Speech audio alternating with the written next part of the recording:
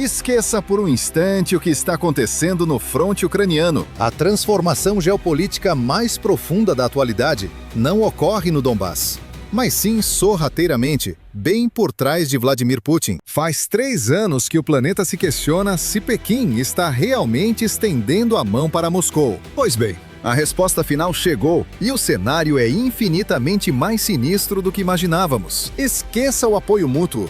A China está literalmente devorando a Rússia por dentro. Relatórios recentes de inteligência decretam que a dita aliança estratégica entre as duas potências está morta. O que vemos agora é o início de um processo de absorção absoluta e irreversível. No momento em que o Kremlin torra cada centavo para conquistar vilarejos irrelevantes na Ucrânia, Pequim concluiu discretamente o domínio sobre o Estado russo. Já não se trata apenas de exercer influência política. O termo correto agora é posse. Das taxas de guerra abusivas impostas por fornecedores chineses, à queda humilhante do programa espacial russo, agora sob controle de Pequim, as provas desse fenômeno são avassaladoras e incontestáveis. Acompanhe agora como uma potência nuclear se entregou de bandeja para virar uma simples colônia de exploração. Moscou não está apenas buscando novos parceiros no Oriente, ela está sendo dissolvida por eles. Aqui no Mr. Warlog, vamos revelar o custo real dessa liquidação total. Sejam bem-vindos à Nova Coreia do Norte do Ártico. Vamos direto ao ponto mais cruel: o teatro de operações. A propaganda de Putin prega que chineses e russos são irmãos de armas contra o domínio ocidental. O problema é que irmãos de verdade não limpam sua carteira enquanto sua casa está pegando fogo. Uma apuração bombástica trazida pelo jornal Moscow Times, fundamentada em vazamentos de registros alfandegários, escancara a face real dessa tal amizade. De forma velada e implacável, Pequim disparou os preços de produtos e tecnologia dual enviados para a Rússia. Falamos de insumos vitais, microchips de ponta, maquinário industrial e peças de drones que Moscou implora para não deixar sua máquina de guerra pifar. Os industriais chineses estão cientes de que o Kremlin está encurralado e sem opções. As portas do Ocidente se fecharam e o cerco ao contrabando está cada vez mais apertado. E qual a estratégia de Pequim? Agir como um monopólio cruel, inflando preços em 300% ou até 500%? Não se engane, isso não é reflexo da inflação. É pura e simples extorsão. Pense num diretor de fábrica nos Montes Urais que precisa de um módulo eletrônico para motores e tanques. Há 2 anos, ele compraria isso no Japão ou na Alemanha. Hoje, sua única fonte é o mercado chinês. O fornecedor chinês apenas sorri e avisa que o custo agora é o triplo do normal. É pegar ou largar.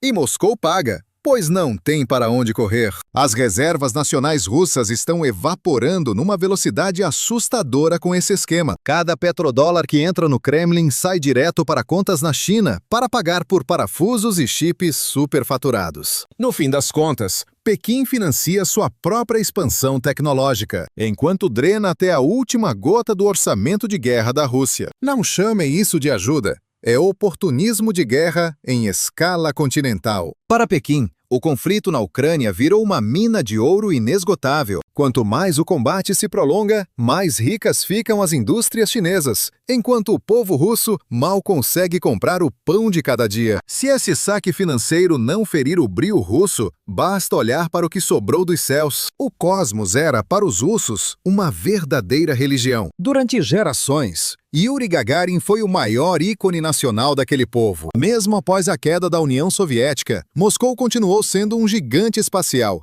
erguendo até a Estação Espacial Internacional. Eram eles que levavam os americanos ao espaço. Eles eram os verdadeiros donos das estrelas. Contudo, novos relatórios da inteligência da UATV revelam uma queda inimaginável. O setor aeroespacial russo desmoronou e agora vive de migalhas tecnológicas da China. O cerco das sanções ocidentais sufocou a Roscosmos, bloqueando o acesso aos componentes eletrônicos de elite vitais para sua frota espacial. A nação pioneira que colocou o primeiro homem no cosmos agora sequer consegue fabricar um chip de navegação moderno. Para quem eles imploram por socorro? Para Pequim. E é justamente aqui que reside a humilhação russa. O cenário é degradante para Moscou. A China não enxerga mais a Rússia como uma aliada de peso, mas como um ator secundário. No ambicioso projeto da Estação Internacional de Pesquisa Lunar, quem dita as ordens e lidera é o governo chinês. Moscou foi rebaixada a assistente júnior. Cada traço do design e cada plano operacional vem de pranchetas chinesas. O capital investido é chinês. A tecnologia eletrônica, integralmente chinesa. A Rússia restou apenas ceder motores de tecnologia obsoleta e o terreno para a instalação das bases terrestres. Os engenheiros russos, herdeiros do lendário Korolev, tornaram-se agora meros prestadores de serviço terceirizados. Eles agora batem o ponto para a Administração Espacial Nacional da China. Dados sigilosos revelam que a microeletrônica espacial russa depende em 90% de importações enviadas por Pequim. Entretanto, não se engane. Eles não estão recebendo o que há de melhor no mercado. A China reserva o hardware militar de ponta para si e empurra para a Rússia semicondutores comerciais de segunda categoria. O impacto é claro. Satélites russos estão pifando e sua vida útil está cada vez mais curta. Enquanto a precisão russa despenca, a China crava sua bandeira no lado oculto da Lua, com sondas avançadas. Vladimir Putin sacrificou o legado histórico do Sputnik em troca de um contrato de fornecimento de chips medíocres. Gagarin não está apenas se revirando em seu túmulo. Ele assiste ao desmonte de sua glória, sendo vendida agora como sucata tecnológica. Esse vício no espaço reflete uma dependência ainda mais perigosa em solo firme, a infraestrutura da internet. Enquanto o Kremlin cava trincheiras físicas na Ucrânia, a China ergue muralhas digitais dentro da própria Rússia. Com a debandada de gigantes ocidentais como Ericsson, Nokia e Cisco, toda a malha de telecomunicações russa ficou vulnerável. Quem ocupou esse vácuo de poder? Huawei e ZTE. Atualmente, o sistema nervoso digital da Federação Russa, das torres de 5G em São Petersburgo, às câmeras de vigilância do metrô de Moscou, opera sob hardware chinês, criando o que analistas chamam de vulnerabilidade do botão de desligar. Entregaram a Pequim as chaves mestras de toda a grade de comunicações da Rússia. Se Xi Jinping decidisse apagar as luzes digitais amanhã, ele poderia derrubar a internet, os bancos e até o rádio militar russo com uma simples atualização de software. Moscou acredita ter construído uma rede soberana para se proteger. Batizaram-na de Rune, para barrar a espionagem americana, mas na prática criaram uma internet vassala que abre o tapete vermelho para os espiões chineses. Cada byte transmitido, cada leitura facial e cada movimentação financeira agora atravessa roteadores fabricados em Shenzhen.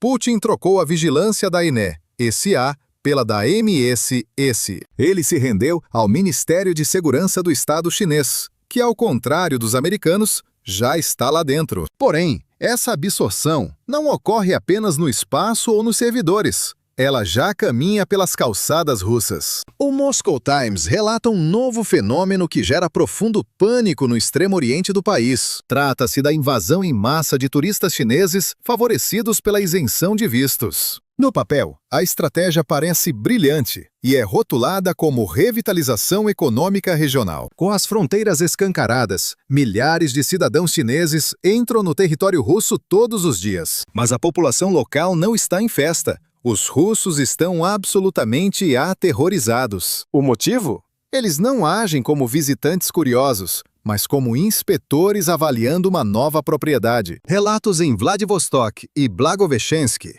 expõe uma mudança psicológica perturbadora na região. Os visitantes vindos da China demonstram uma sensação de posse e autoridade que choca os residentes. Eles não percorrem as cidades com o olhar de um hóspede, mas com a postura de quem já é dono do lugar. Mas exibem a empáfia de um senhorio retomando um imóvel inadimplente. Guias russos relatam que líderes chineses pregam abertamente: estas terras nos pertenciam e logo retornarão. Apontam monumentos históricos evocando nomes ancestrais em vez das denominações russas. Reichenwai suplantando Vladivostok. Boli apagando a memória de Khabarovsk.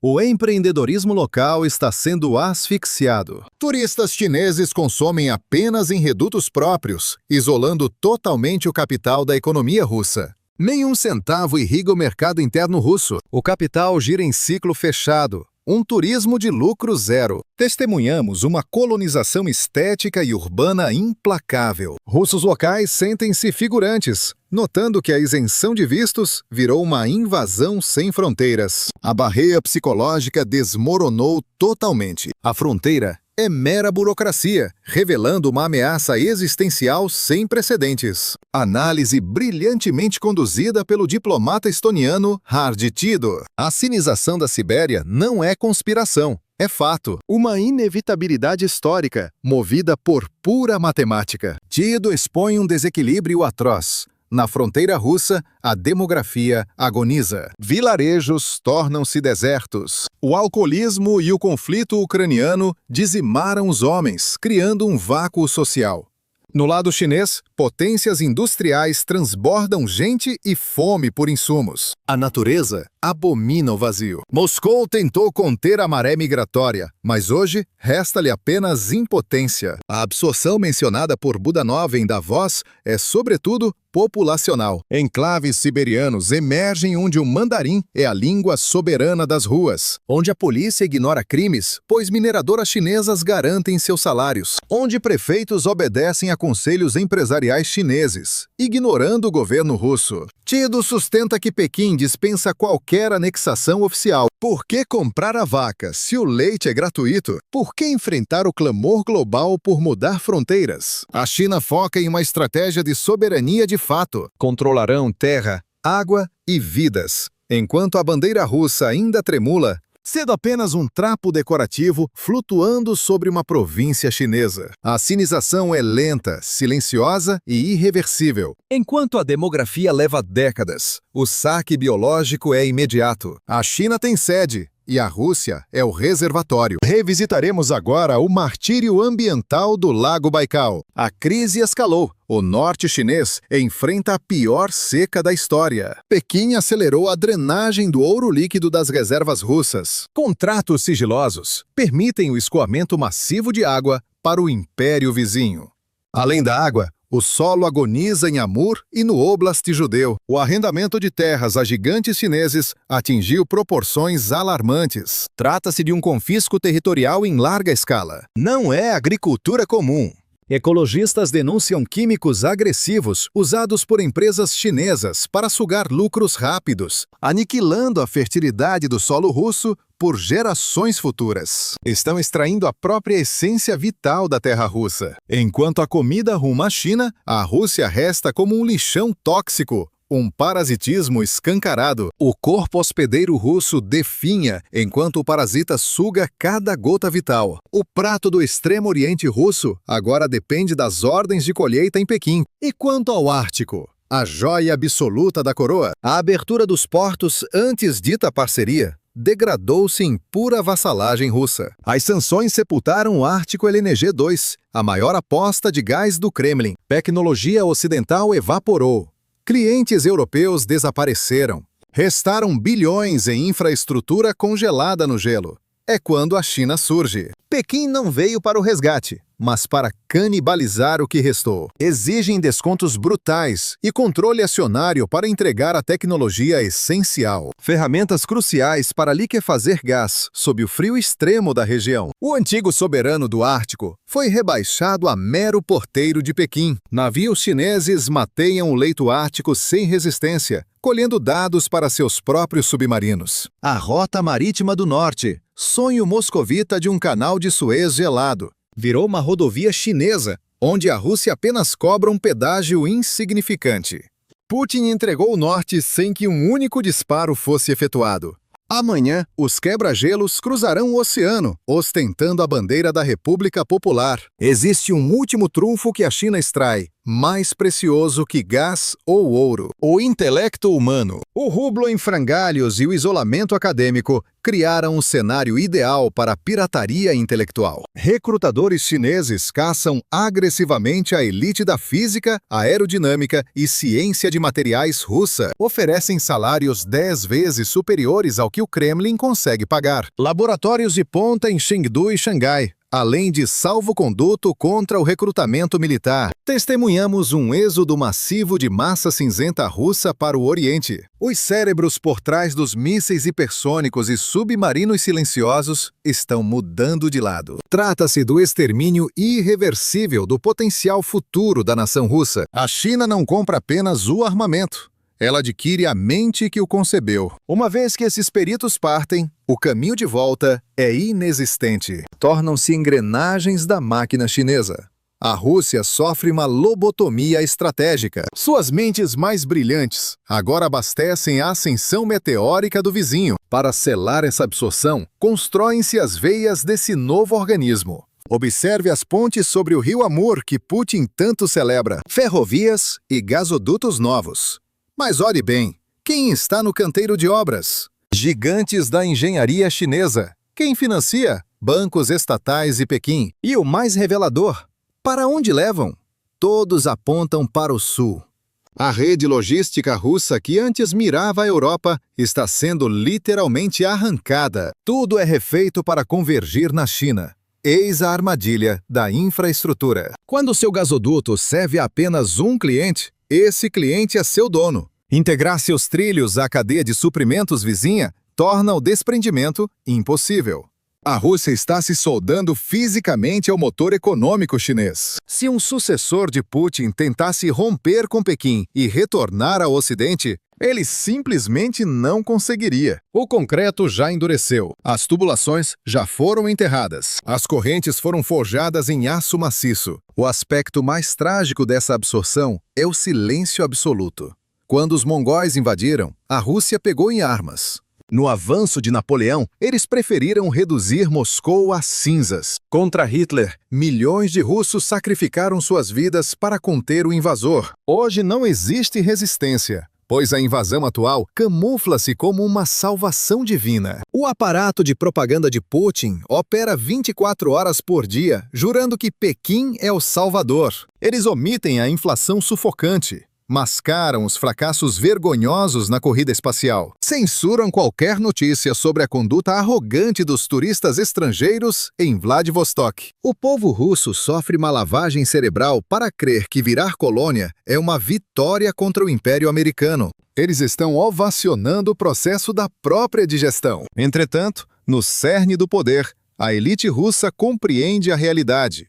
Os generais entendem perfeitamente por que pagam o triplo do preço por um microchip básico. Os cientistas da Roscosmos estudam mandarim por obrigação, enquanto na Sibéria o povo perde o acesso aos próprios lagos. Eles sabem que essa aliança estratégica não passa de uma encenação barata. Trata-se de uma aquisição hostil. Recordemos o alerta de Kirilo Budanov durante o Fórum de Davos. A China está canibalizando uma Rússia acuada. Somem a isso os preços predatórios em insumos militares, o controle total do setor aeroespacial e a dominação cultural através da isenção de vistos, além da extração desenfreada de água e recursos vitais do solo e o êxodo demográfico na Sibéria.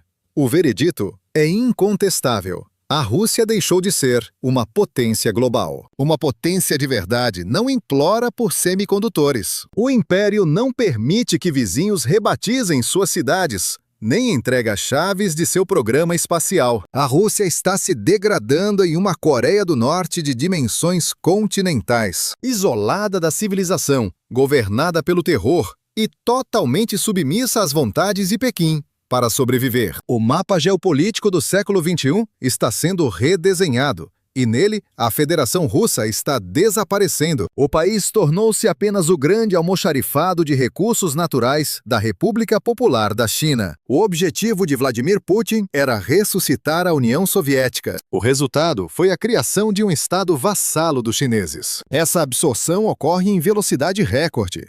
O conflito na Ucrânia serviu como grande catalisador, comprimindo um processo que levaria décadas, em um intervalo de poucos anos. Minha indagação para vocês hoje é: haveria ainda algum caminho de retorno para os russos? Ou será que o ponto de não retorno já ficou para trás na história? Quando essa guerra finalmente cessar, restará uma Rússia soberana para sentar à mesa de negociações? Ou o Ocidente terá que tratar tudo diretamente com Pequim?